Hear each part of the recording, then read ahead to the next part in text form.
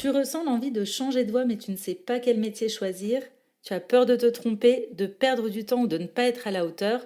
Rassure-toi, tu n'es pas seul et surtout, tu n'as pas à tout savoir tout de suite.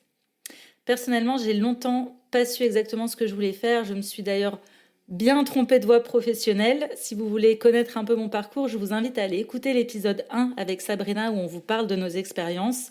En tout cas, spoiler alert, ça m'a pas empêché de changer de voie, tout en capitalisant sur ces expériences passées qui étaient toutefois bien désalignées. On apprend en marchant, comme on dit. Donc aujourd'hui, ce qu'on va voir ensemble, c'est comment identifier un métier qui te correspond vraiment, sans pression ni injonction. Je vais te donner des clés concrètes et te montrer qu'il est possible de trouver ta voie avec plus de clarté et de sérénité. On y va tout de suite. Du coup, la première partie de cet épisode, on va se demander ici pourquoi est-ce que c'est si difficile de choisir un métier. Les freins les plus courants qu'on va retrouver, tout d'abord, c'est qu'on va nous demander très tôt de choisir notre voie professionnelle. Généralement, on commence à nous en parler dès le collège. Moi, je me souviens au collège, 5e, on nous demande d'aller regarder sur les sites internet des listes de métiers et de se dire qu'est-ce qu'on aimerait faire, alors qu'en fait, je ne sais pas qui en 5e sait ce que c'est la comptabilité ou encore être, je sais pas, dans la logistique. Moi, en tout cas, il n'y a pas beaucoup de métiers qui me parlaient à cet âge-là. Je pense que vous, ça a été un peu la même galère. Donc voilà, déjà, ça, c'est la première chose, c'est que, ok, on choisit pas sa voie professionnelle au collège, mais au lycée, on commence à nous demander de nous spécialiser, de commencer à penser à son avenir. Et franchement, c'est pas facile parce qu'on a un âge où on n'a pas la maturité et on ne se connaît même pas. On dispose pas non plus de tout le panorama des possibles. C'est un peu le fouillis, on sait pas trop où aller. Donc, bien souvent, là, ce qui va se passer, c'est qu'on va avoir une grosse influence de notre environnement dans nos choix. C'est-à-dire qu'on va regarder, en gros, qu'est-ce que font papa, maman, qu'est-ce que vont faire les copains, les copines, sans encore une fois vraiment se poser des questions de moi, qu'est-ce que j'ai réellement besoin, qu'est-ce que j'ai réellement envie et qu'est-ce qu'il est surtout possible pour moi de faire. On peut aussi se retrouver confronté à la peur de se tromper. Donc bien souvent, en fait, on va rester dans une voie même si elle ne nous plaît pas parce que on a peur de se tromper et de recommencer à zéro. Il y a aussi le poids des attentes familiales et sociales qui font que souvent, on va choisir un métier qui ne nous correspond pas juste parce que c'est bien vu de faire ce métier-là. Il y a plein de familles comme ça de médecins qui sont médecins de génération en génération, par exemple.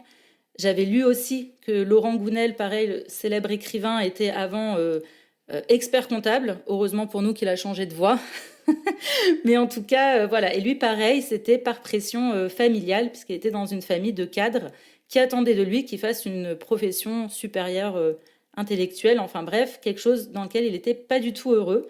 Donc peut-être que vous aussi c'est votre cas, peut-être que vous êtes aujourd'hui dans un métier qui ne vous correspond pas par pression familiale ou sociale, peut-être aussi par syndrome de l'imposteur, parce que quelquefois on ne s'autorise pas à faire une autre voie professionnelle parce qu'on se dit qu'on n'est pas à la hauteur.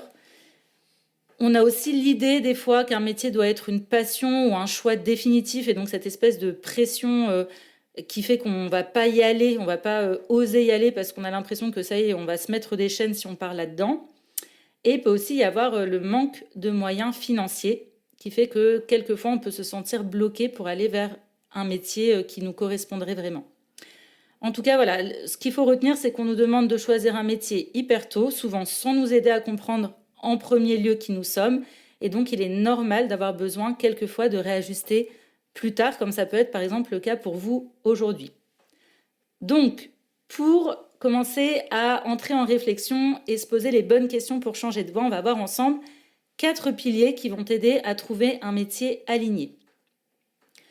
Premièrement, essaie de te poser la question: qu'est-ce qui t'a toujours attiré, même si tu l'as mis de côté? Regarde en arrière, quand tu étais enfant ou ado, est-ce qu'il y a des choses que tu aimais faire naturellement? Est-ce qu'il y a un sujet qui t'a toujours fasciné?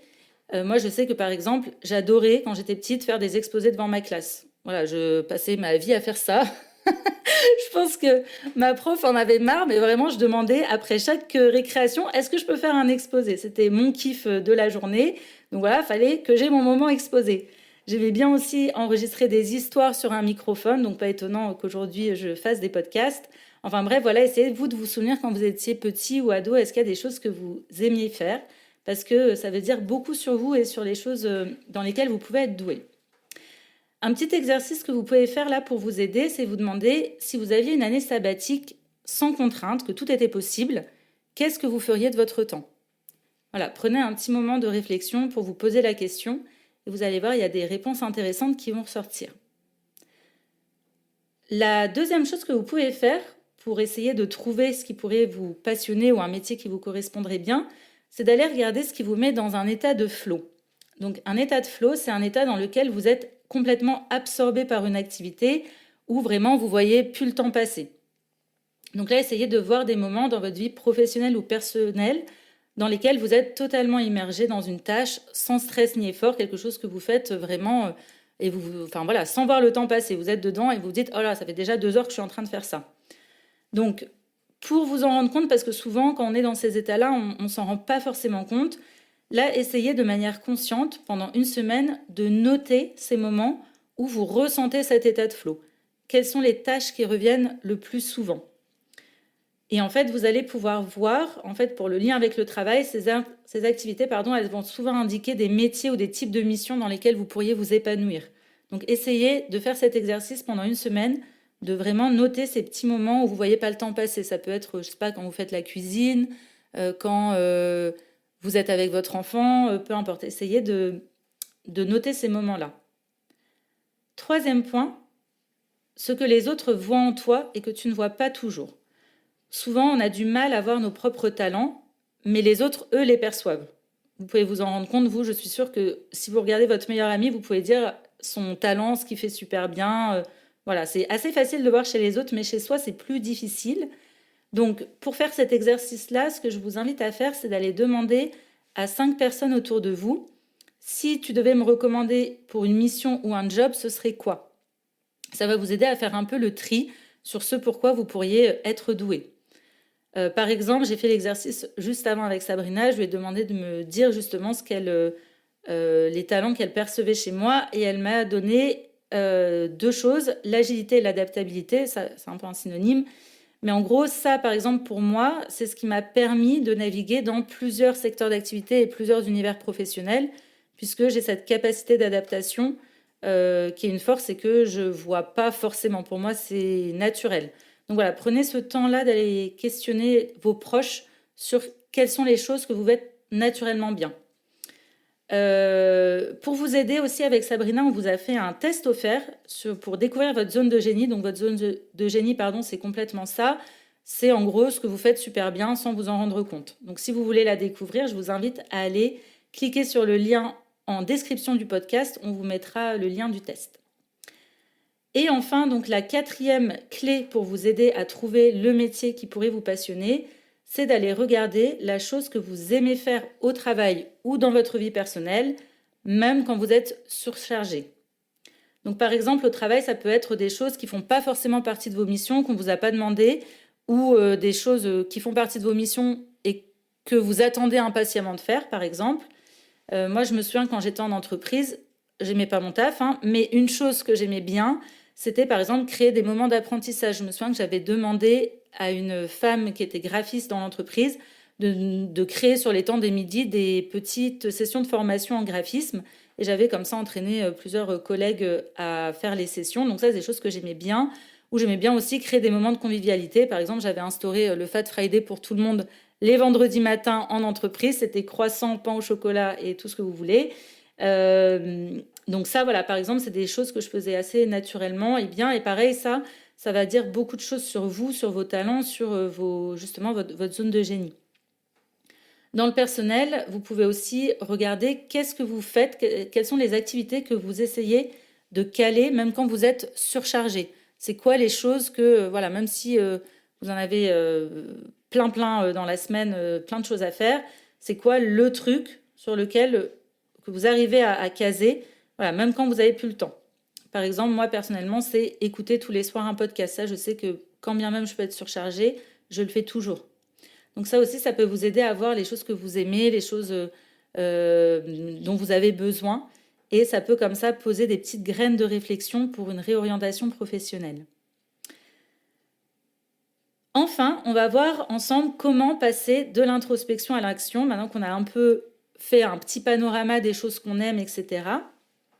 Donc tout d'abord, Tester avant de se lancer. C'est hyper important. Vous n'allez pas en fait savoir tout de suite ce qui vous plaît si vous testez pas. Donc là, il faut vraiment oser y aller en fait et faire des erreurs. C'est pas grave. Vous pouvez tester par exemple, en discutant avec des personnes qui font des métiers que vous aimeriez faire pour voir si, ok, est-ce que vraiment sur la réalité du terrain, c'est quelque chose qui pourrait me plaire. Vous pouvez aussi faire des formations courtes ou du bénévolat à titre personnel. Pour donner un exemple, avant de me lancer dans la formation, j'avais fait du bénévolat, je donnais des cours en prison. Bah voilà, c'est un bénévolat pardon, qui m'a permis de me dire ça, j'aime le faire. Peu importe le public, c'est quelque chose que j'aime faire et que j'ai envie de faire. Ensuite, il faut accepter d'explorer et de faire des erreurs parce que c'est normal. Encore une fois, je peux vous donner un exemple personnel. Quand je me suis lancée dans l'entrepreneuriat, j'ai voulu lancer une app business. Au final, pas du tout. Ça n'a pas du tout été ça. C'est devenu un réseau d'indépendants et au-delà d'un réseau d'indépendants, surtout devenu un lieu d'apprentissage et de rencontres authentiques. Parce que pour moi, c'est quelque chose qui est important. J'avais cette soif d'apprendre que j'ai voulu mettre au profit de mon projet. Donc c'est vraiment en marchant et en essayant que vous allez vous rapprocher des choses que vous aimez et du métier que vous avez vraiment envie de faire.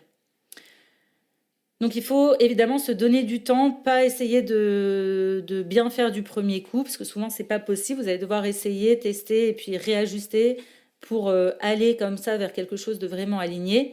Et il faut arrêter en fait de chercher le métier parfait. Il n'y a pas un métier parfait. Peut-être qu'aujourd'hui vous allez aller vers un métier et plus tard vous allez avoir besoin de changer encore une fois parce que vous-même vous allez changer. Donc voilà, votre carrière c'est vraiment un chemin, c'est pas une destination. Mais chaque étape nous rapproche un peu plus vers notre épanouissement, vers notre alignement. Donc il ne faut pas hésiter à y aller, réajuster, essayer, et c'est un vrai chemin d'apprentissage. Donc voilà, on arrive à la fin de l'épisode. J'espère que ces outils t'ont aidé. Si tu souhaites compléter cet épisode, je t'invite fortement à écouter l'épisode numéro 5 où tu vas pouvoir trouver d'autres outils et d'autres exercices qui vont t'aider à aller vers cette meilleure connaissance de toi-même et vers un métier qui te correspond vraiment. Enfin, sache que si tu es en questionnement aujourd'hui, c'est déjà que tu es sur la bonne voie. Donc, je t'invite à continuer d'explorer et surtout, fais-toi confiance. Et moi, je te retrouve dans un prochain épisode.